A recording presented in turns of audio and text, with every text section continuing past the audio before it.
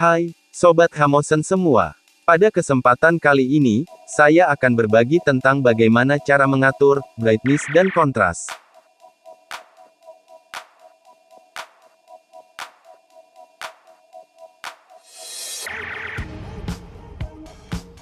Pertama, Sobat semua, tekan tombol Adjustments.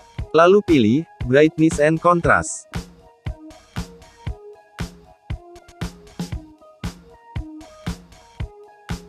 Sejak fotografi digital berkembang, berbagai aplikasi editing foto bermunculan, menawarkan berbagai fitur dan kemampuan yang semakin hari semakin berkembang. Perkembangan ini tentu semakin memudahkan fotografer dalam mengedit foto.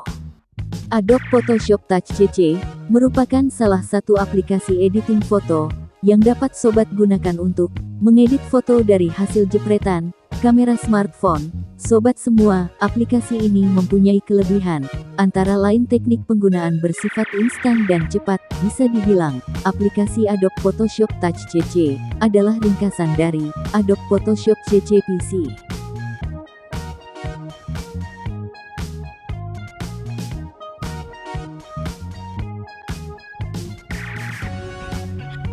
Apabila sudah selesai, tekan tombol Done untuk menyimpan projects, yang nantinya bisa sobat editing kembali.